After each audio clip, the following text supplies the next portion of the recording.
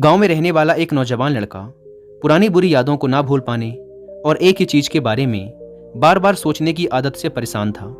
अगर उसे कोई कुछ कह देता या फिर उसके साथ कुछ थोड़ा सा भी गलत हो जाता तो वो बस उसी एक घटना के बारे में पूरे दिन सोचता रहता। वही बात उसके दिमाग में हर समय घूमती रहती। फिर वो या तो अपने साथ हुई किसी बुरी घटना के लिए अपनी किस्मत और भगवान को कोसता रहता या फिर अपने मन में उस इंसान से बदला लेने के ख्याली पुलाव बनाता रहता जिसने उसे कुछ कह दिया था या उसके साथ कुछ गलत किया था।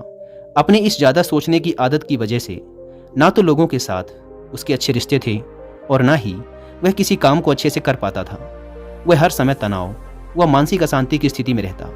उसकी ऐसी हालत को देखकर उसके एक मित्र ने उसे सलाह दी कि यहाँ पास के ही एक बौद्ध मठ में एक जैन मास्टर रहते हैं, तुम उनके पास जाओ, वो तुम्हारी इस मानसिक समस्या का कोई ना कोई समाधान अवश्य बता देंगे। वह नौजवान लड़का जैन मास्टर के पास जाता है और अपनी समस्या उन्हें बताता है कि कैसे वो एक ही घटना के बारे में बार बार सोचता रहता है और पुरानी बुरी बातों व यादों को भूल नहीं पाता। लड़के की समस्या सुनने के बाद जैन मास्टर वहाँ से उठकर मठ के अंदर चले जाते हैं। जैन मास्टर का बिना कुछ उत्तर दिए यूं उठकर चले जाना लड़के को कुछ अजीब सा लगता है, लेकिन वो फिर भी वहीं बैठा रहता है। थोड़ी देर बाद वह देखता है कि जैन मास्टर मिट्टी की गिलास में पानी भरकर उसकी तरफ चले आ रहे हैं। जैन मास्टर लड़के के पास आकर खड़े हो जाते हैं तो लड़का भी उनके सामने खड़ा हो जाता है। जैन मास्टर लड़के से पूछते हैं, बताओ इस गिलास का वजन कितना होगा? लड़के ने कहा, मैं एकदम सटीक तो नहीं बता सकता, लेकिन इस गिलास का वजन बहुत ही कम है। अब जैन मास्टर ने गंभीर होकर कहा, मेरा प्रश्न ये है कि अगर मैं इस गिलास को थोड़ी देर तक ऐसे ही पकड़कर खड़ा रहूं तो क्या होगा? लड़के ने कहा, कुछ भी नहीं होगा। जैन मास्टर ने फिर पूछा, अगर मैं इस गिलास को इसी तरह 1 घंटे तक पकड़ कर रखूं तो क्या होगा? आपके हाथ में दर्द होना शुरू हो जाएगा। लड़के ने कहा। जैन मास्टर ने फिर प्रश्न किया, अगर मैं इस गिलास को ठीक इसी तरह पूरे दिन पकड़ कर रखूं तब क्या होगा? आपके हाथ में बहुत ही भयंकर दर्द होना शुरू हो जाएगा। आपका हाथ सुन्न भी हो सकता है, आपकी मांसपेशियों में भारी तनाव आ सकता है और यहाँ तक कि आपके हाथ को लकवा भी मार सकता है। लड़के ने गंभीर शब्दों में कहा। जैन मास्टर ने कहा, बहुत बढ़िया, लेकिन क्या इस दौरान ग्लास का वजन बदला? लड़के ने कहा, नहीं, वजन तो नहीं बढ़ा। तब भला हाथ में दर्द और मांसपेशियों में तनाव क्यों आया? जैन मास्टर ने पूछा। बहुत समय तक पकड़े रहने के कारण, लड़के ने जवाब दिया। जैन मास्टर ने फिर प्रश्न किया, अब इस दर्द से छुटकारा पाने के लिए मैं क्या करूं? ग्लास को नीचे रख दीजिए। लड़के ने कहा।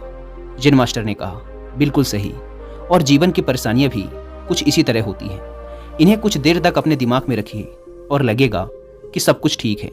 उनके बारे में ज़्यादा देर तक सोचिए और आपको पीड़ा होने लग जाएगी, और इन्हें और भी देर तक अपने दिमाग में रखिए, फिर ये आपको अशांत व पागल करने लग जाएंगी और आप कुछ भी नहीं कर पाएंगे। जैन मास्टर ने लड़के की तरफ इशारा करते हुए कहा, अपने जीवन की पिछली गलतियों और घटनाओं के बारे में सोचना जरूरी है, लेकिन उससे भी ज़्यादा जरूरी है उनसे सीखकर आगे बढ़ना। अगर तुम एक ही बात को पकड़कर बैठे रहते हो तो ठीक उस गिलास की तरह यह भी तुम्हारे जीवन में दर्द पैदा कर देगा।